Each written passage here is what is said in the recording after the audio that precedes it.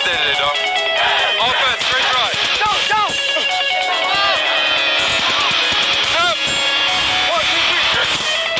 Welcome to Training Camp Live, presented by Atlantic Health System. Welcome to the home stretch of training camp as the Jets kick off their second week of joint practices. Welcoming in the Philadelphia Eagles to Florham Park. We're here inside the BetMGM studio. I'm Ethan Greenberg, joined alongside Eric Allen and Bart Scott. Bart, it's nice to have you back in the saddle here. It's great to be here, man. I missed you guys last couple of weeks. You had a nice vacation? Nice and vacated out. I'm all good. All right. Well, he went to Disney World, and we went to Green Bay. Listen, Disney cheese curds has nothing on Green Bay's. Oh, did you actually have cheese curds? No, not at all. Okay. All right. Lactose intolerant. Just playing. All right, well, let's move on to today's headline, which is the Jets and the Eagles are set to practice over the next 2 days before playing in the preseason finale Friday night. Bart, EA and I asked a handful of people this question in Green Bay last week.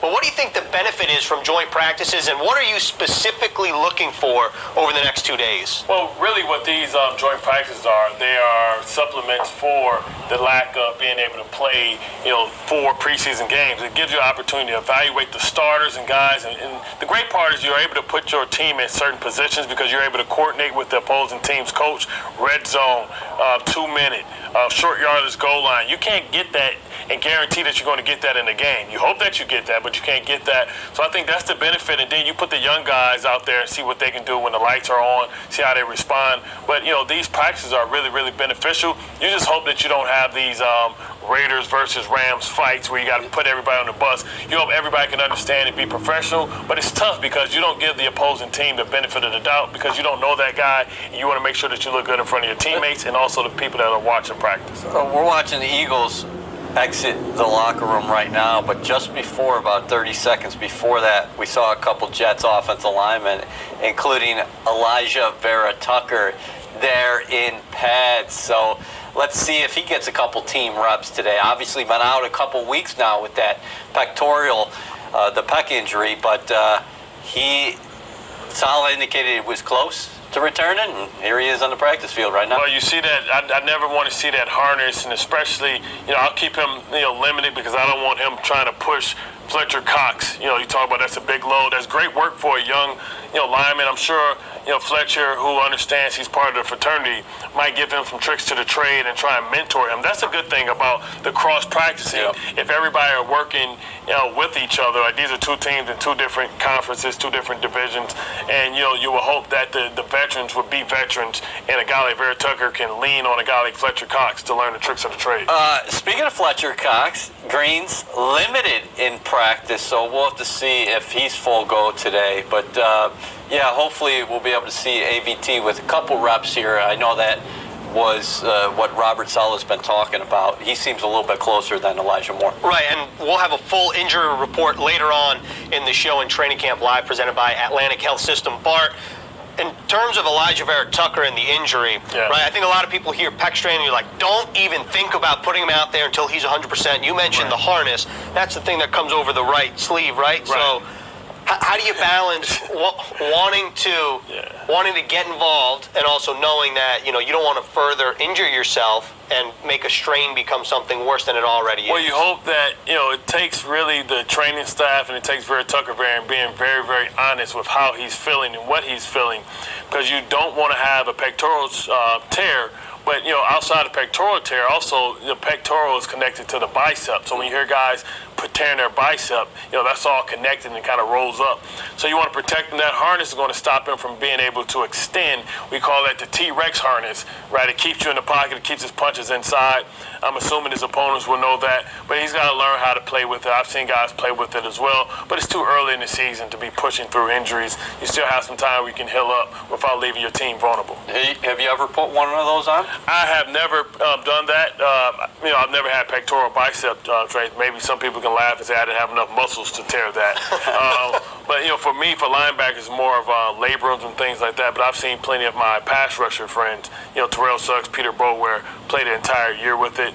It means that you have to rush from another end. But the good thing is it keeps Vera Tucker, keep him very disciplined in shooting his hands inside because he can't put it outside because the harness is going to restrict him. EA, didn't you tear your biceps years ago?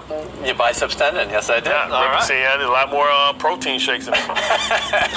Obviously, all eyes are going to be on Zach Wilson, who is blocked right now by Josh Johnson. But Zach Wilson, we'll talk about him later in the show. But you can see the green and white this season at MetLife Stadium, beginning with the 2021 home opener on Sunday, September 19th, against the New England Patriots. Secure your seats at nyjets.com/tickets. All right, let's move to our Camp Spotlight segment. And with injury comes opportunity, such as the case for rookie linebacker Jamien Sherwood, who's set to take over Jared Davis's spot, who's expected to return from an ankle injury around week 6, EA.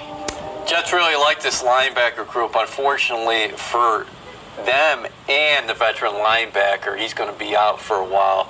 You never want to see the stretcher. We saw that too many times in Green Bay. It started with Carl Lawson, then during the game, of course, Jared Davis carted off.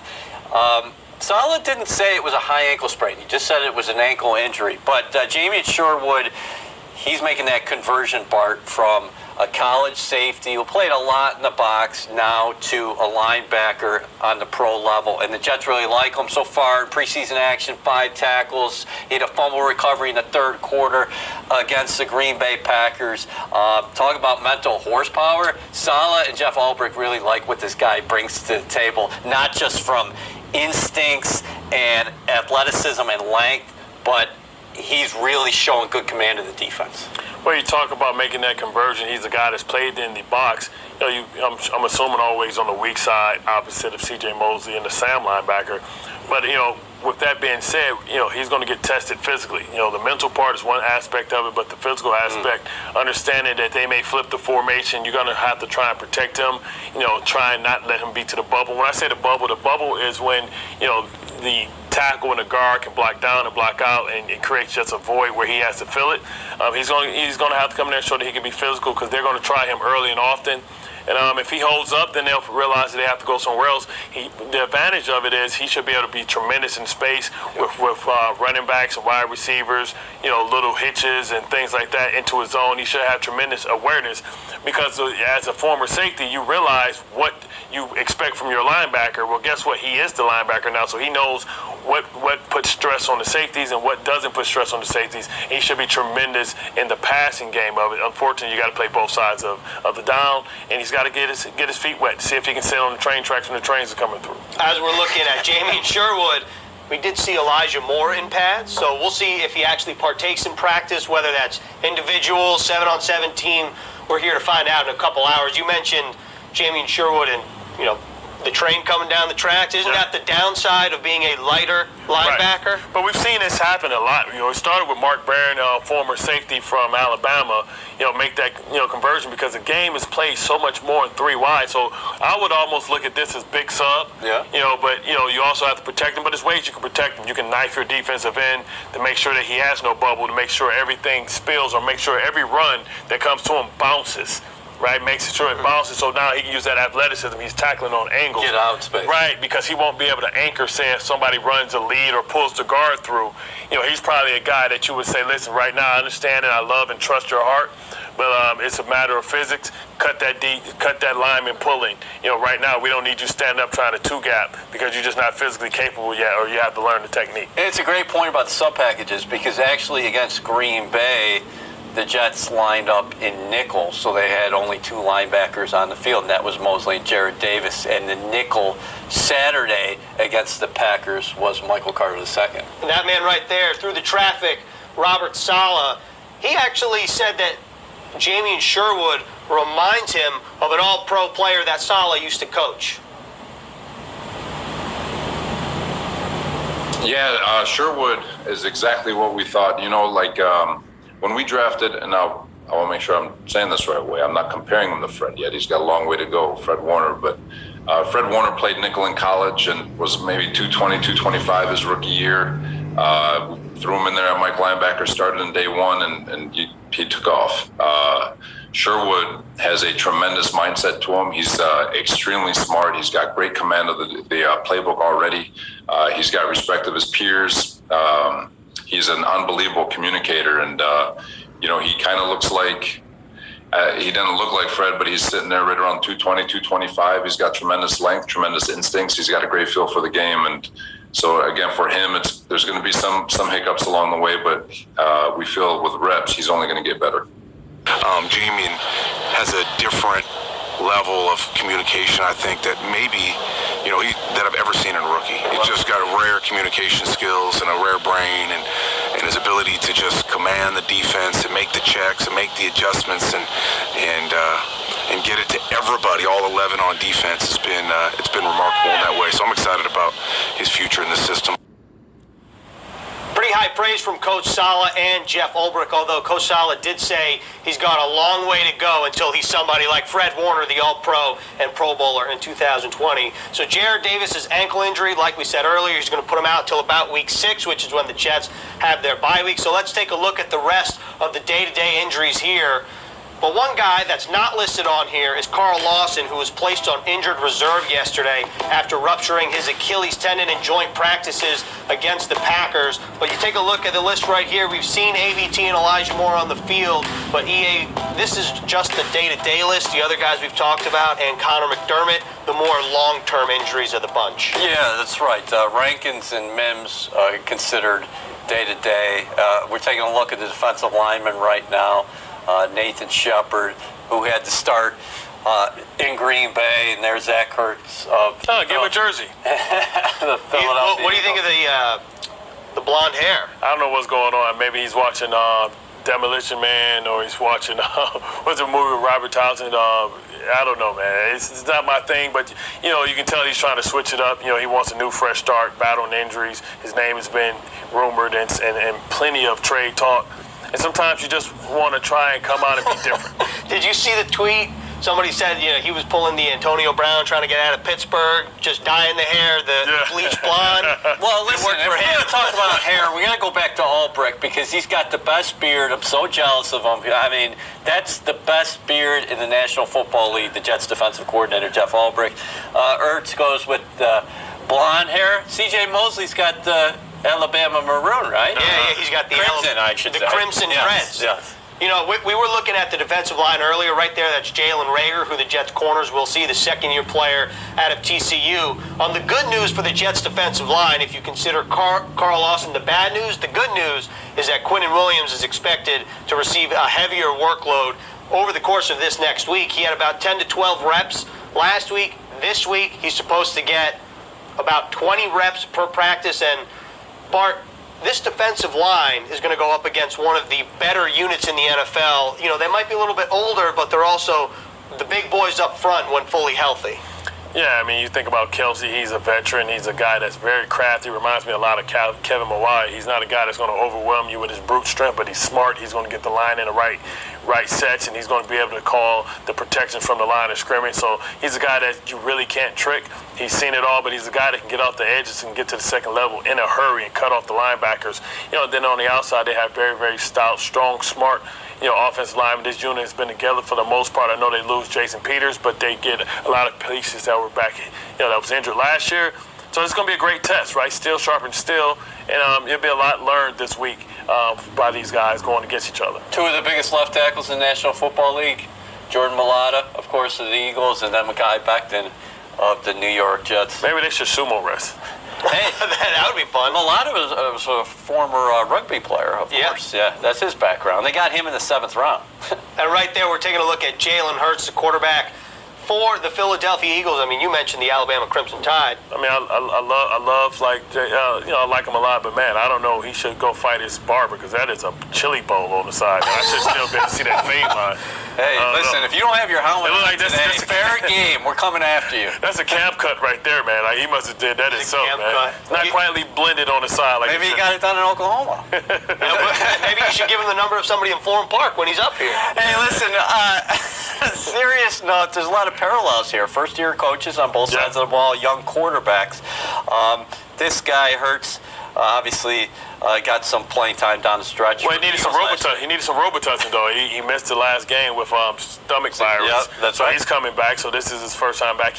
This will be an important rep for him because he'll be going against another team. They might give him a high workload, understanding that he needs as many reps as he can get. He missed the preseason game. This will be a valuable experience for him. Do you view this as basically an audition for him all year? Because Philadelphia has so much draft capital that perhaps next year, if it doesn't work out, they look for a quarterback in the draft. Well, that draft capital is seemingly looking to get a lot better. The fact that Carson Wentz came back ahead of schedule, and if he gets 75% playing time, that they get an extra first-round draft pick, which would give them 3, which is plenty of ammunition for any disgruntled quarterback, be it next year. We don't know what's going to happen with Rodgers.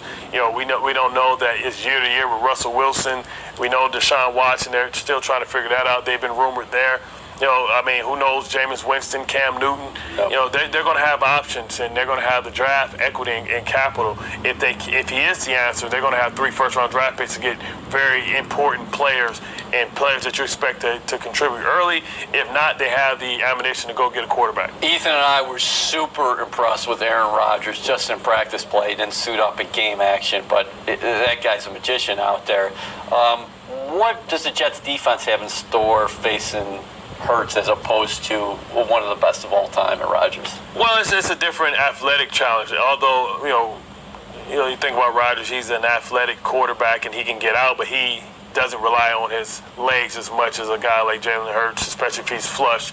First read isn't there, second read isn't there. I expect him to use his athleticism to try and buy time to make off-schedule plays, but also look to hurt you if he catches you in man-to-man. With guys like this, you almost have to consider spying them, but if he catches you in man-to-man, your backs are turned, and it's an opportunity for him to get first downs with his legs. He'll take that opportunity. He's a 4'5" guy. He's a big weight room guy. Yeah. He's a big squat, hand-clean guy. So, he may not look as physically intimidated as maybe Cam Newton, but he packs a punch. Look, we talked about Quinnen Williams earlier. Make sure to check him out tonight in the new episode 3 of One Jets Drive. That's releasing at 8 p.m. on all New York Jets platforms. And while Zach Wilson was impressive in both of his preseason games, let's zero in on the running backs because this Mike LaFleur offense will be predicated on running the football. The Jets have averaged 33 rushes as a team per game in their first 2 preseason games. For frame of reference, that only happened 2 times last season to have more than 33 rushes. So, Bart, can you talk about what changes for both sides of the ball when you commit to the run and, even if you establish it as well? Well, you talk about, limiting the possessions within a game. You talk about being able to dictate. And if you're able to get ahead two scores, you remember the days of Rex Ryan, the ground and pound, then now a good defense should be able to shut the door on opposing offense because they're going to get limited opportunities. You go into your 4-minute offense where you're trying to get 2-3 yards a pop, and then you're able to get the first down and put the defense on their heels. But also it allows your defense to stay rested so when they come out, they can play with their hair on fire and understand that the game is going to be shortened. They're only going to have to play 60 to 70 snaps opposed to the high 80s, which you see where, bad things happen when defenses, wear out, and especially when you think about the strength of this team. Used to be the depth of this defensive line. With the loss of Carl Lawson, it's going to be a little different because they don't have the pure pass rusher, so it's going to be pass rusher by committee. But that allows those guys to stay fresh and be able to be popping out of their skin because they won't be tired from extended drives, extended plays. Something that really went under the radar yesterday, Corey Ballantyne was waived. He had a 73-yard kickoff return against the Green Bay Packers. We're watching Michael Carter right now, who's actually rushed the ball 17 times in the preseason. I think we just saw that. He's averaging 4.4 yards a pop. But I'm just wondering, Ethan, is Michael Carter this team's opening day kickoff returner? Well, you spoke to Brant Boyer. I listened to the interview, and he said that he really likes Michael Carter's skill set. Yeah. But maybe he needs to refine it a little more. The one thing I'm curious, Bart, what you think, it feels like kickoffs and really kick returns are becoming, irrelevant in the game because if you have a strong kicker, right, you can just boot it out of the back of the end zone unless you purposely want to kick it short, which we saw in Green Bay with Matt Amendola. Well, before he goes, you still need somebody dependable back there. Yeah, exactly. Just like good hands, somebody that's also, when it gets colder, the ball travels less and those balls, land in the field of play. And I've always liked my my punt returners, kickoff returners to be running backs because they can read holes before they get there. Also, you think about Brian Mitchell, the great, Philadelphia Eagles, kick returner. He should be in the Hall of Fame sometimes. So one of the best returners of all times. You can put him there with Mel Gray. You can put him there with Metcalf, all those guys. Devin Hester. He's strong enough that, a lot of times on kickoffs, you got safeties, you got tight ends, you got guys that aren't really used to really tackling and getting the head across. And then, because you got offense players and defense players. But when you have a running back, they're able to break those little, little arm tackles that goes out there. And sometimes they may not pop it for the big one because they don't have the long speed. But, man, you talk about being able to set up on the 40-yard line and being able to do things like that. I mean, those who are Jet fans that are watching, which everybody is that's watching this program, remember Leon Washington and how difficult it was. Right, Little Smoke. how difficult it was for him to be able to run through those tackles in good solid yards. It's not always about being able to take it to the house. Sometimes getting the ball on the 40 or the 50-yard line set your offense up for tremendous opportunity to be able to get points on the board. Ethan, what do you think about the running back distribution so far early in the preseason? We saw Tevin Coleman get his first action against the Packers, 4 carries, 19 yards. Ty Johnson's got a lot of work, and then it seems like Michael Carter's been mixed up, and then followed by P. Ryan here. About P. Ryan in particular, just keep in mind, he was somebody that returned a couple kickoffs last year. Maybe with Ballantyne out of the equation, maybe he'll get some run in this preseason game at kick returner. But in terms of the distribution, I thought I understood why Tevin Coleman got the majority of the reps, at least in the beginning of the game last week against the Packers, because he missed the first action. He was banged up last year. I thought it's been pretty much about what I've expected. P. Ryan, I thought, got a little more run than I thought in the first game. We saw that was Michael Carter last week. So I'm interested to see what happens this week. Remember, Josh Adams still on this roster as the Jets enter their final week of training camp. Former Eagle. Maybe we'll see him get a little more love this week. So I thought it's basically been what I thought it was going to be. But let's head to some fan questions as we take a look at Elijah Moore on the field. Steve, I'm sorry if I butcher your last name here. Spaccarelli wants to know, with Carl Lawson out, Bart, is Saleh forced to run more linebacker and safety blitzes more often because he's concerned about the young corners being left on an island too much? Yeah, but that also exposes your corners as well. Understand where to go with the hot, but you have to get pressure. You can't let opposing quarterbacks sit back there and burp the baby all day. You can't allow them to allow, routes to come open down the field. You want to try and force the quarterback to get the ball in their hands. To do that, sometimes you're going to have to create some pressure. And listen, it all depends on how much Rankins and how much Quentin Williams are being able to be effective. Because if teams feel like they can base those guys up, that allows them to really release more people out into coverage, into the routes, which is going to continue to stretch the defense even more. Well, the next question I think kind of goes hand in hand with what you're saying. Brian wants to know, rumors on his social media, Adam Schefter, said that the Jets are making a trade, or they're looking to explore a trade for a pass rusher with injuries on the defensive line, namely Carl Lawson. Who are names that they can target, and how likely is a deal to happen? Only he can touch this one. Yeah. I mean, these guys are all under contract. Yeah. I wish Everson Griffin would have been a perfect guy to kind of play. Had 6 sacks last year, but he got picked up by Minnesota. The rumor out there, right, of course, is this disgruntled Chandler Jones at 31. Maybe they want to try and get that money out the books, understanding that he wants a new deal at 31 years old. He's coming off a bicep tear, I believe.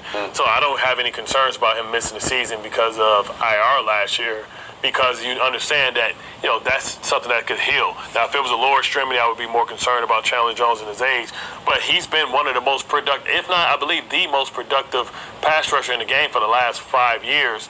I think, being able to get him, and if you can get him and sign him long term and give him maybe a 3-year extension or something that makes him feel good, the Jets have plenty of salary cap space. Could you imagine next year going into the following year? Sometimes you make moves not just for 1 year, but for the years in advance. Having Lawson and having Chandler Jones would probably give them the best defensive line in the league. If you think about Fadakasi, Rankins, and you think about Quentin Williams in there, what that potentially can be next year. And the Jets are gearing up for that. I don't know what it'll cost, maybe a third or maybe a second, but Chandler Jones is definitely worth a look-see, a kick at the door. But that's a great point that Bart just made. Not only does this club have draft assets coming up. They have financial flexibility. Listen, holes to fill on this roster, no doubt about it. Yeah. But Douglas started making moves here this year, and we're going to see more in the future. But he set himself up for when things happen, and they want to strike, he can go get something. He really can. The other thing you got to keep in mind is Bart mentioned, I think, what a lot of people would consider a Tier A player in Chandler Jones. I got to keep your eyes on cuts coming up. Also, the Jets might claim somebody at all positions, and two, also the Tier B or C players throughout the league.